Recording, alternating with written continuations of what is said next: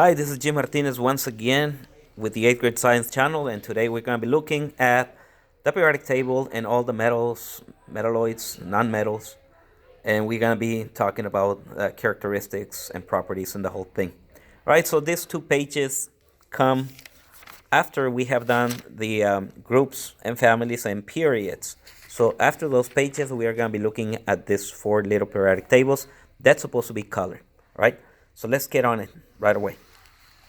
First, we need to turn your composition book sideways and put these 2 little periodic tables close to the red line on the top. Make sure you keep those titles, this periodic table, metals, metalloids, and non-metals. So talking about the periodic table, okay, first of all, make sure you color code the metals, metalloids, non-metals. Put in blue, orange, and green. So notice that all the metals is a big section of the periodic table. The non-metals includes hydrogens. Those are the green ones. And then the metalloids are those. So make sure you pause the video so you can take a look and zoom in to those metalloids that are the hardest ones to keep straight. Okay, those are the orange ones. All right. So we have a little strategy for that. And that strategy goes like this. And the strategy goes with this capital M, that H for hydrogen on top of it. Put a little stair, put metalloids on those stairs. Put NM, those stands for non-metals. And at the end, put a little a column with a number 18 on the top. Okay, hydrogen is a non-metal, so make sure you put a line, circle it, and put a line going all the way to non-metal sections. Okay, these are your metals, the capital M. Put this arrow going from here, like underneath the metalloids, small arrow going towards the right and left. And the more you move to the left side of the periodic table, the elements become more reactive.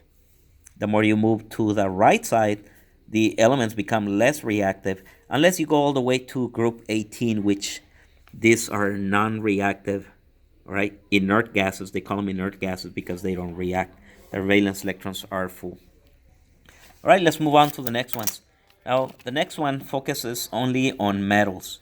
And these are all the metals. Make sure you can pause the video so you can color code correctly.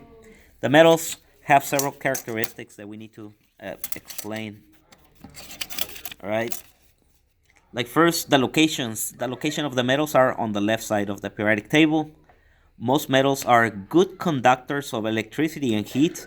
We know that because we have wires to run electricity, and we have like cooking tools like sartenes and pans and these things that we can cook food into because they conduct electricity and heat. So especially heat, right, for cooking.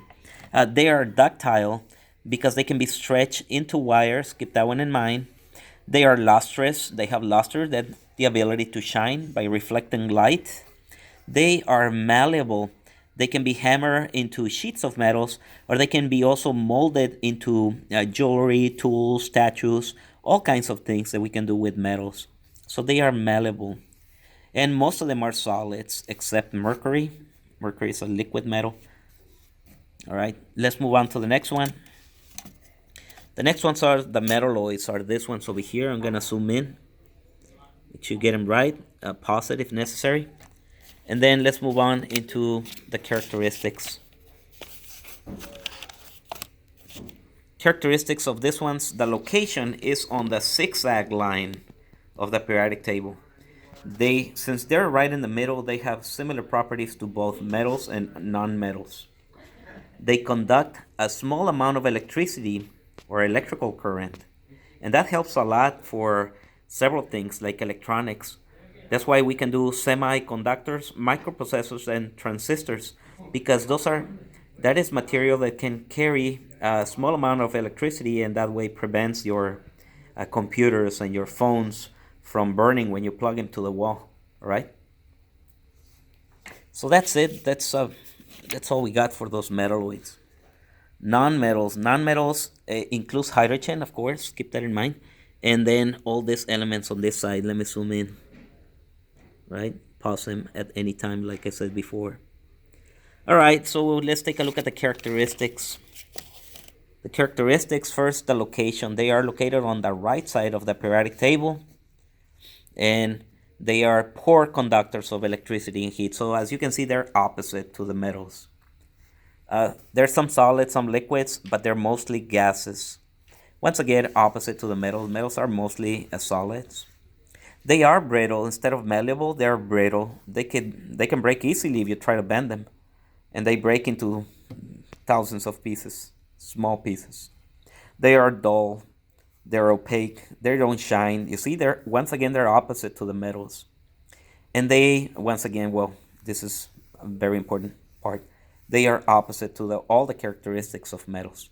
They are non-metals after all. All right. After that, on the following page, we got what we call the special groups.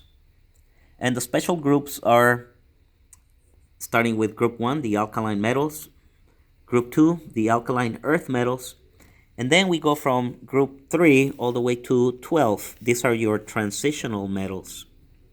And after that, I guess they name every group into like what the first element of that column is. Like this is the boron group, the carbon group, the nitrogen group, the oxygen group, and then the halogens. Group 17 is considered or called the halogens.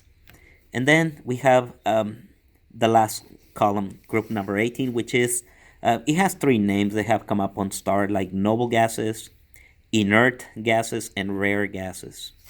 Over here on the bottom, from group 13 all the way to 16, those 4 are considered the other metals.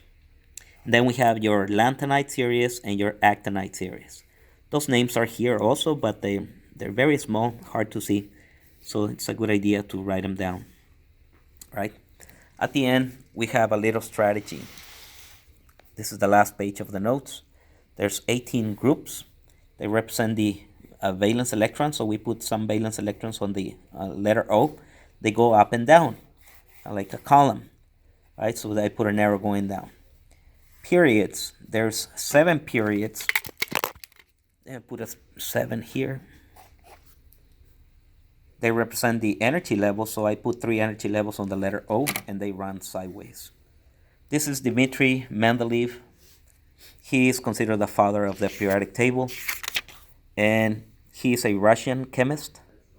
He was the first one to create a periodic table. However, he put the periodic table, he arranged it by increasing atomic mass, which is a wrong way to do it because the patterns don't hold after a while. He created in 1869, so that was a long time ago. So later on, we figured out that the periodic table works better if you put in by increasing atomic number, not necessarily atomic mass, like Mendeleev did before. But later on, it was fixed, but he still got the credit because he was the first one to put it together. All right, this is all we got. Oh, remember, this one you can color him any color you want, all right? This is the special groups. All the rest, you should supposed to follow the colors that are there. So that's all we got. This is Jim Martinez. Make sure you get them done if you haven't finished. See you later. Bye-bye.